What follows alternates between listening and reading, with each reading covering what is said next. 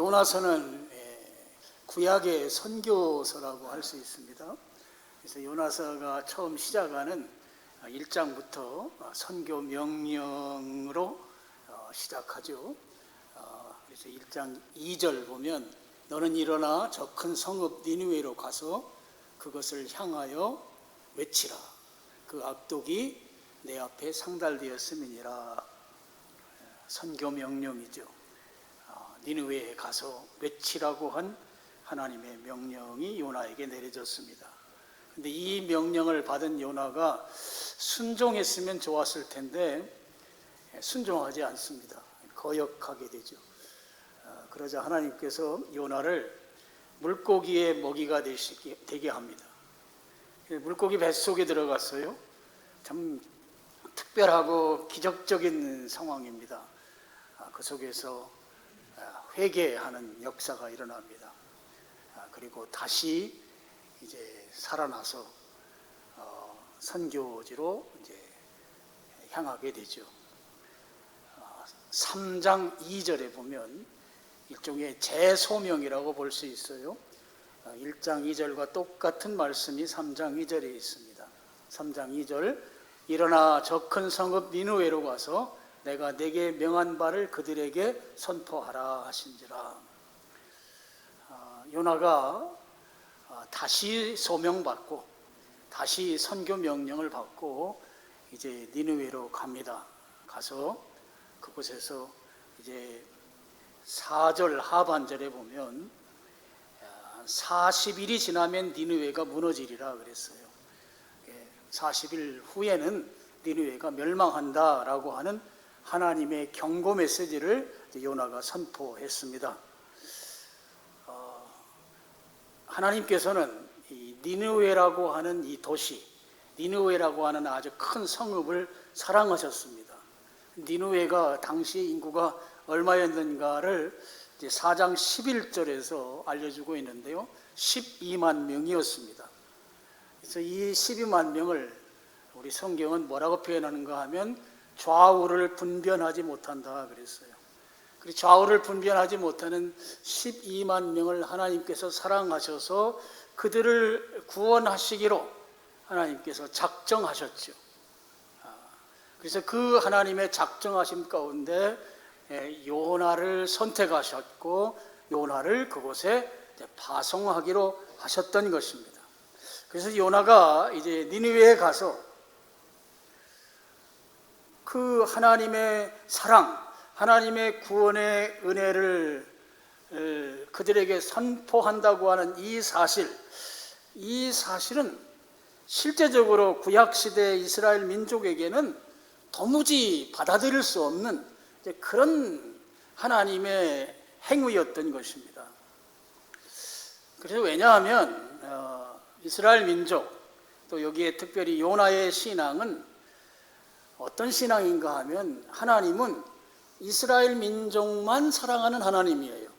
그러니까 아브라함의 하나님, 이삭의 하나님, 야곱의 하나님, 자기 민족의 그 혈통만 사랑하는 하나님, 그 하나님으로 그들은 믿었습니다.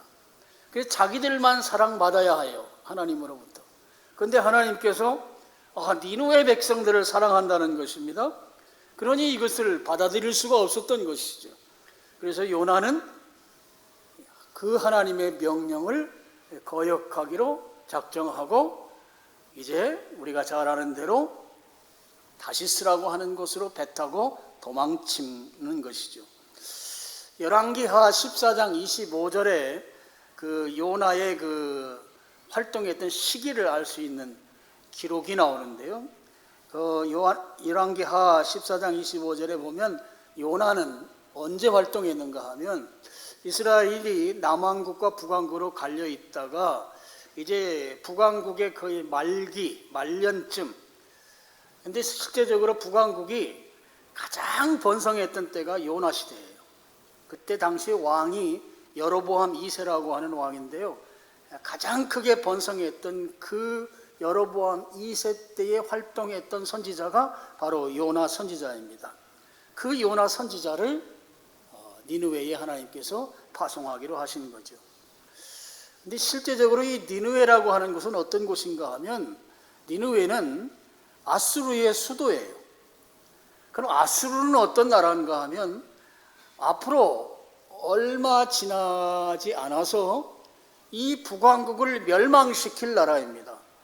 제가 이걸 이제 역사적으로 그 멸망한 시대하고 여로보암 시대를 계산해 보니까 약 한 50년쯤 후면 이 니느웨를 수도로 두고 있는 아수르가 요나가 활동하고 있는 북왕국을 멸망시킬 것입니다. 자, 그런 나라의 수도에 가서 하나님의 사랑을 전하라고 할 때 요나는 도무지 이게 동의가 안 됐던 것이죠.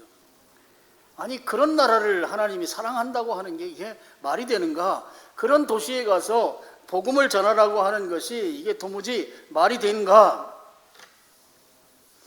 근데 하나님은 그 니느웨에 이방 민족입니다. 그들에게 가서 복음을 전할 것, 하나님의 사랑을 전할 것을 말씀하셨습니다. 여러분, 이 니느웨라고 하는 곳이 어딘가 하면 지금 현재 그 이라크에 가면 이라크의 수도가 바그다드입니다. 바그다드는 이제 우리 성경에 나오는 유브라데스 강하고 티그리스 강 그 사이 아주 요충지에 이 바그다드가 있어요. 이게 수도입니다. 제일 큰 도시입니다. 그 다음에 두 번째로 큰 도시가 어디인가 하면 이제 위로 이렇게 티그리스 강이 쭉 흐르는데 티그리스 강을 따라서 북쪽으로 쭉 올라가면 모술이라고 하는 지역이 나와요. 바로 이 현대명으로 모술이라고 하는 곳이 바로 고대의 니느웨입니다. 그러니까 이 모술은 바그다드 다음으로 큰 도시거든요. 우리나라로 따지면 서울 다음에 부산이 크잖아요. 부산과 같은 도시입니다. 이라크의 2대 도시이죠. 1900년도 초반에 걸프 전쟁이 있었습니다. 이 걸프 전쟁은 이라크가 쿠웨이트를 점령함으로 인해서 일어난 전쟁이에요. 쿠웨이트를 이라크가 점령하니까 미국을 위시한 서방 국가들이 연합군을 형성해서 이라크와 벌인 전쟁이 바로 걸프 전쟁입니다. 물론 당연히 서방이 승리했습니다. 그 전쟁 이후에 이제 이라크에 그 우리나라 군대를 파송해요. 2004년도에 파송했습니다. 우리나라 군대가 어디로 갔는가 하면 그 모술, 니느웨에서 가까운 도시가 하나 있는데 그곳이 바로 아르빌이라고 하는 도시예요.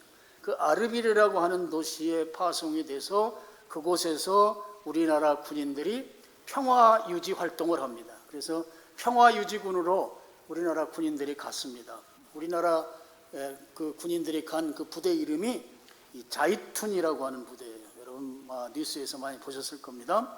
이 자이툰은 이 올리브의 이라크 말이라고 합니다. 근데 제가 왜 이 이야기를 하는가 하면 그때 당시에 신문에 아주 크게 보도된 것이 하나가 있어요. 저는 그때 그 신문을 보고 아주 깜짝 놀랐어요. 그 모술이라고 하는 그 도시를 기자가 탐방해서 가서 이제 기사를 냈는데 그 지역에 기독교인이 50만 명이 살고 있더라 하는 거예요. 근데 이라크가 어떤 나라인가 하면 이슬람 국가입니다. 100% 이슬람 국가예요. 이슬람 국가에 50만 명이라고 하는 숫자가 그 옛날 니느웨, 오늘날 모술에 살고 있다. 제가 깜짝 놀랐죠. 그래서 제가 이번 주 설교 준비하면서 이 구글링을 해보니까 지금은 한 35에서 40만 명 정도가 크리스찬들이 있다 이렇게 나오더라고요. 그래서 저는 그렇게 생각했습니다. 지금 이 모술, 니느웨에 이렇게 많은 숫자의 크리스찬들이 있는 것은 그 요나가 그곳에 와서 하나님의 사랑을 전하고 복음을 전한 그 영향이 아닐까, 그 전도받은 영향 때문에 지금까지 그 대물림되는 신앙들이 아직까지 그곳에 많은 신자들로 있는 것이 아닐까, 저 나름대로는 그렇게 이제 해석을 했던 적이 있습니다. 여하튼 여러분, 이 니느웨, 이 아수르의 수도인 니느웨는 우상을 섬기는 나라였고 패역한 나라였기 때문에 하나님의 저주를 받는 것이 마땅하죠. 그리고 하나님이 멸망시켜야 마땅한 나라인데 하나님께서는 그 니느웨를 사랑하셨고 그 니느웨를 구원하시기로 작정하신 것입니다. 그런데 요나는 이것을 받아들일 수가 없었던 거예요.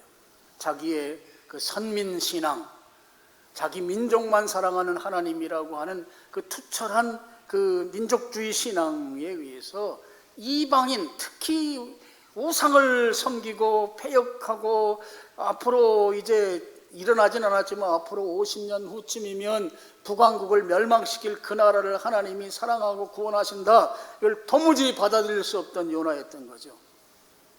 그러니 하나님의 그런 계획에 요나가 저항한 거예요. 그래서 불순종하기로 결심하고 이 다시스로 배 타고 도망가는데, 여러분, 이 니느웨는 이 이스라엘에서 동쪽에 있습니다. 이라크가 우리나라 쪽에 있단 말이에요. 가까워요.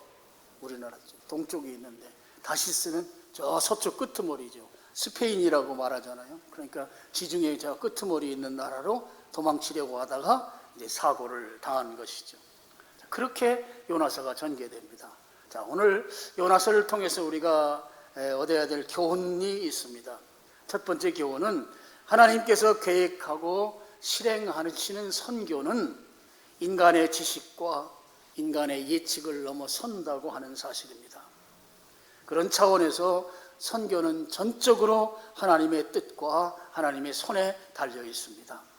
사람의 계획에 의해서 되는 게 아니에요. 사람의 뜻에 의해서 되는 게 아닙니다.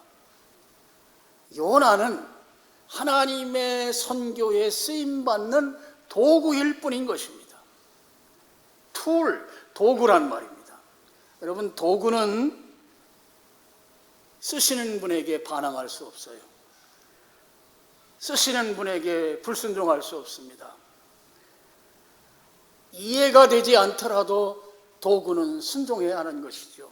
요나는 하나님의 선교에 자기가 가지고 있는 신앙으로는 도무지 받아들일 수 없더라도 순종해야 마땅하는 것입니다. 오늘 우리도 마찬가지예요. 내가 생각할 때는 좀 합리적이지 않은 것 같고 이해되지 않는 것 같고 선교하는 게 말이에요. 어떤 분이 저한테 예전에 한번 그런 적이 있어요. 아니, 우리나라도 다 전도 못했는데 뭐 외국에까지 나가서 그렇게 돈 쓰면서 할 이유가 뭐가 있냐고. 여러분, 그거는 사람의 생각이죠. 하나님의 생각은 다른 것입니다. 이해가 되지 않을 수 있어요. 그렇지만 순종해야 하는 것입니다. 특별히 우리 교회는 하나님께서 이 보내는 선교사로서 우리들에게 힘에 부치도록 이렇게 감당할 수 있도록 우리를 쓰시는 것에 대해서 저는 감사해야 된다고 생각합니다. 저는 여러분들이 그렇게 쓰임받고 있는 것이 너무나 뿌듯하고 너무나 자랑스러운 거예요. 힘에 부치도록 이 선교 사역에 여러분이 헌신하고 계시다 하는 것입니다. 자, 교훈 두 번째입니다. 여러분, 선교에 쓰임받는 자는 불순종을 하고 싶어도 불가능하다 하는 사실입니다. 오직 선교는 순종만 있다 하는 것이에요. 하나님께서 요나를 선택하고 부르셨습니다. 니느웨의 선교사로 파송하기로 하나님이 결정하셨어요. 그런데 우리 아는 대로 요나가 불순종했습니다. 그럼 하나님이 불순종할 때 요나를 포기했느냐? 포기하지 않으셨어요. 요나로 하여금 회개할 수 있도록 하나님이 다루시죠. 물고기 뱃속에 집어쳐넣습니다. 여러분, 하나님께서 다루실 때는 아주 호되게 다루십니다. 깨닫게 다루신다. 그게 깨닫는 것이 은혜예요. 얻어 맞기 전에 깨닫는 게 은혜예요. 아주 세게 다루신 것이죠. 그래서 그렇게 다루시고 그가 깨닫고 나서 다시 사명의 자리로 돌아오도록 하나님이 부르셨어요. 그렇게 해서 요나를 니느웨로 파송하신 것이죠. 하나님이 다시 이렇게 부르시고 그 사명을 깨닫게 하셨으면 여러분 요나의 사역은 굉장히 적극적이어야 할 것입니다. 아주 열심을 내야 될 거예요. 그런데 성경을 보니까 요나의 이 선교 사명을 감당하는 게 굉장히 소극적인 걸 볼 수 있어요. 여러분은 3장 3절 한번 보시죠. 요나가 여호와의 말씀대로 일어나서 니느웨로 가니라. 여기 순종한 것이죠. 니느웨는 사흘 동안 걸을 만큼 하나님 앞에서 큰 성읍이다. 여러분, 이 성경에서 하루길, 이틀길, 사흘길 할 때 이게 거리를 대는 단위인데요. 하루길이 약 한 30km 정도 됩니다. 그러니까 사흘길이면 90km. 여러분, 여기에서 천안을 넘어가요. 그 정도로 긴 거리인데 이게 그냥 길이로만 따질 게 아닌 것 같아요. 아마 그 도시의 이렇게 도로망을 아마 이야기하는 것이 아닐까, 저는 그렇게 추측을 합니다. 그러니까 사흘 동안 돌아다녀야만 이 니느웨 성을 다 돌아다닐 수 있다 하는 거죠. 그런데 요나가 어떻게 하는가? 4절을 보시죠. 요나가 그 성읍에 들어가서 며칠 동안 다녔다고요? 하루 동안 다녔다고요. 사흘을 다녀야 다 다니는데 하루 다닌 거예요. 요나의 순종이 굉장히 소극적입니다. 일종의 3분의 1의 순종이라고 할까요? 그렇게 소극적인 순종입니다. 근데 요나가 그렇게 소극적으로 하나님의 말씀에 순종했는데, 그런데 하나님께서는 그의 그 작은 순종에도 불구하고 니느웨 사람들을 회개시키신 것입니다. 니느웨 사람들이 회개하기 시작해서 그들이 하나님 앞으로 돌아오는데요, 5절, 6절이 바로 그런 내용입니다. 여러분, 베옷을 입었다는 것은 회개하기 위해서 그들이 낮은 자리에 앉았다는 것입니다. 6절에 보니까 니느웨 왕, 바로 아스루 왕까지 회개하는 자리로 내려왔어요. 아마 요나는 그렇게까지 되기를 바라지 않았던 것 같아요. 자기가 하나님의 명령을 내가 순종하지만 그 선포한 메시지를 니느웨 사람들이 듣고 그냥 듣는 둥 마는 둥 하든지 한쪽 귀로 듣고 한쪽 귀로 흘리든지 아니면 그냥 거절을 하든지 했으면 좋았을 텐데 그들이 막 회개하고 막 돌아온단 말이에요. 여러분, 그 모습을 요나가 보고 얼마나 그게 싫었으면 요나는 자기가 죽었으면 좋겠대요. 죽기를 바랍니다. 요나서 4장 3절 한번 보시죠. 4장 3절을 같이 읽겠습니다. 시작. 여호와여, 원하건대 이제 내 생명을 거두어 가소서. 사는 것보다 죽는 것이 내게 나음이니이다. 니느웨 사람들 회개했다고 살기 싫대. 죽고 싶대. 얼마나 그들 회개하는 게 싫었으면 이게 죽고 싶다고 고백했겠어요? 여러분, 이게 한 번으로 끝나지 않아요. 8절에도 또 나와요. 8절 그 하반절에 보면 요나가 혼미하여 스스로 죽기를 구하여 이르되 사는 것보다 죽는 것이 내게 낫겠다.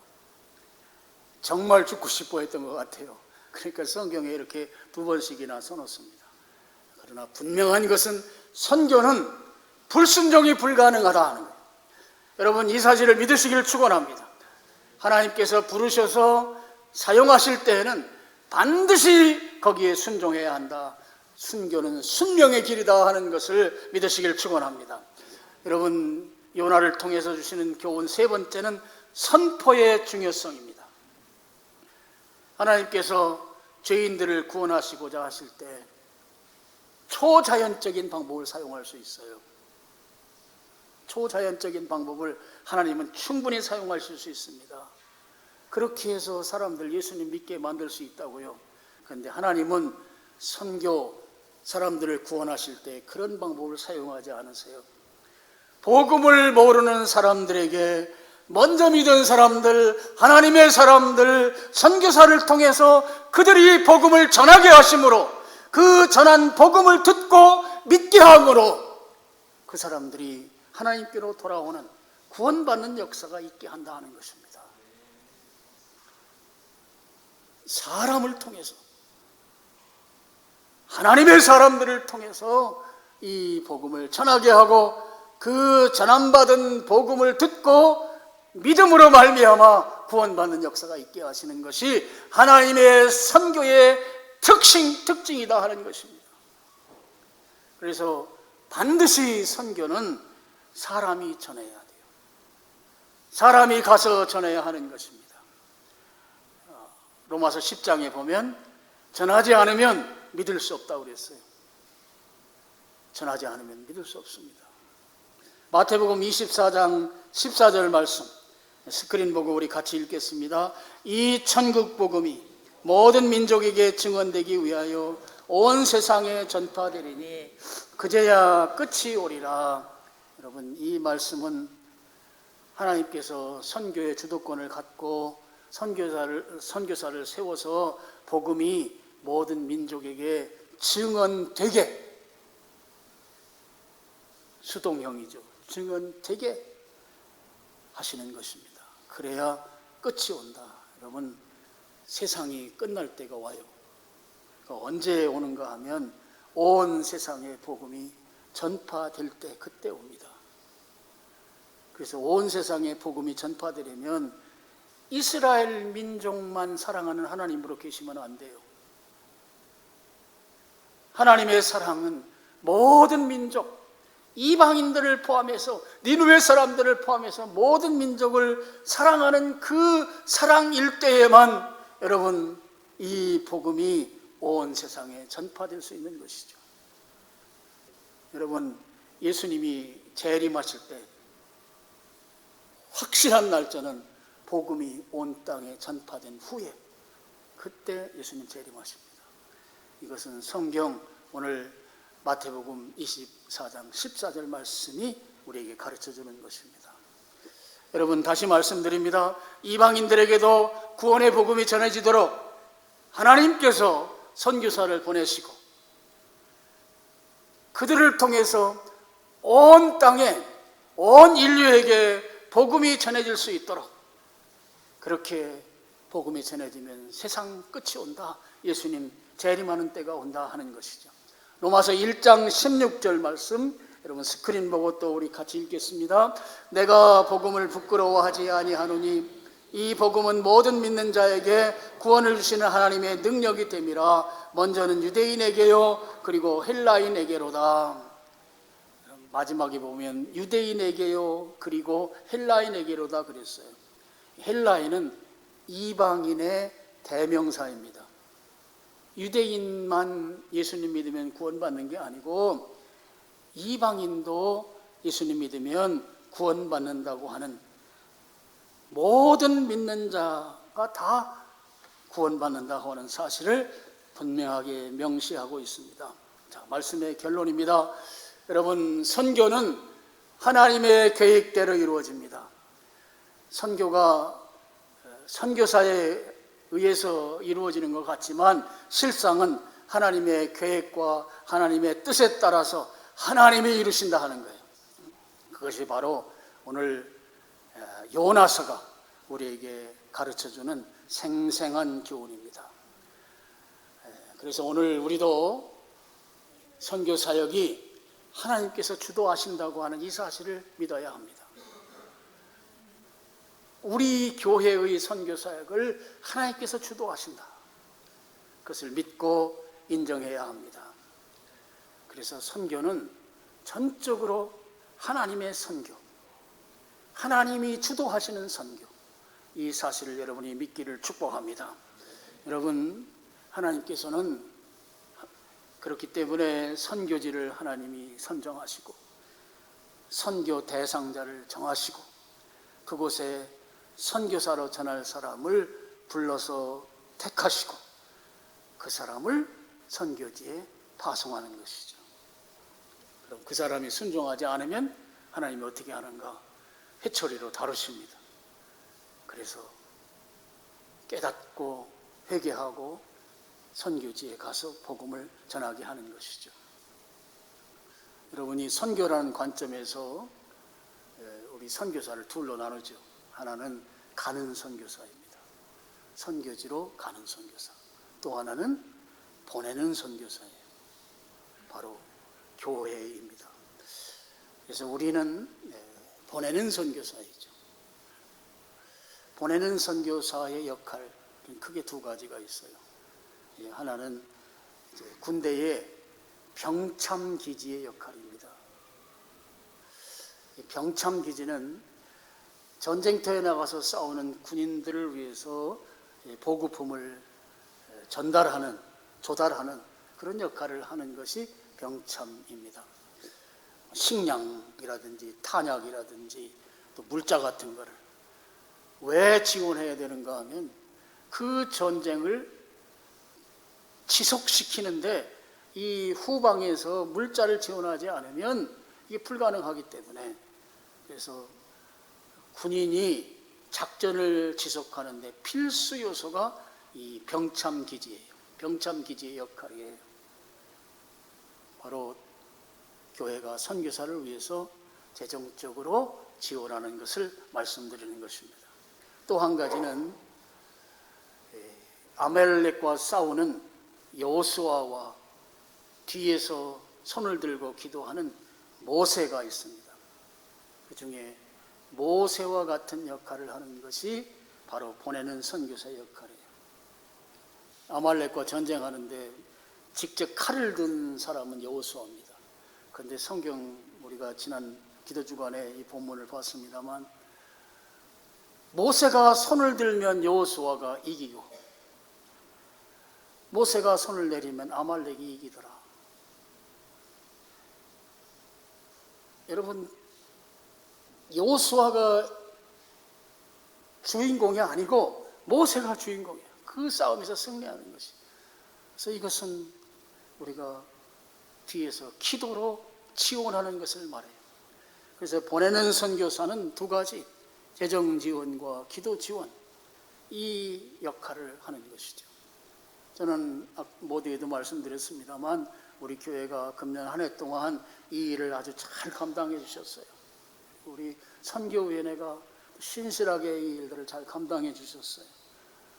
그리고 난 우리 교인들이 너무너무 감사해요. 정말 순종하고 참 힘에 부치도록 이렇게 헌금하고 이런 부분들이 제가 알아요. 여러분이 다 하는 것을 보면 이게 얼마나 최선을 다하는지를 압니다.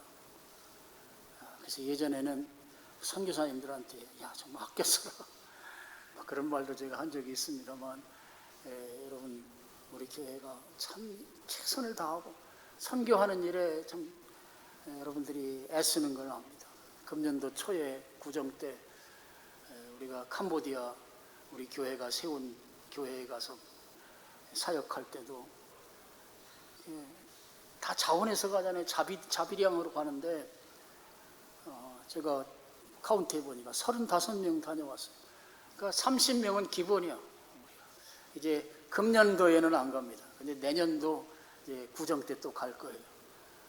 우리 여러분들이 그렇게 가셔서 자기 돈 들여서 가가지고 땀 흘리면서 일하고 그렇게 헌신하고 이렇게 오는 이런 것들이 너무너무 감사합니다. 여러분이 하여튼 금년 한 해 동안 너무 수고하셨고 참 이렇게 헌신적으로 해주셔서 감사합니다.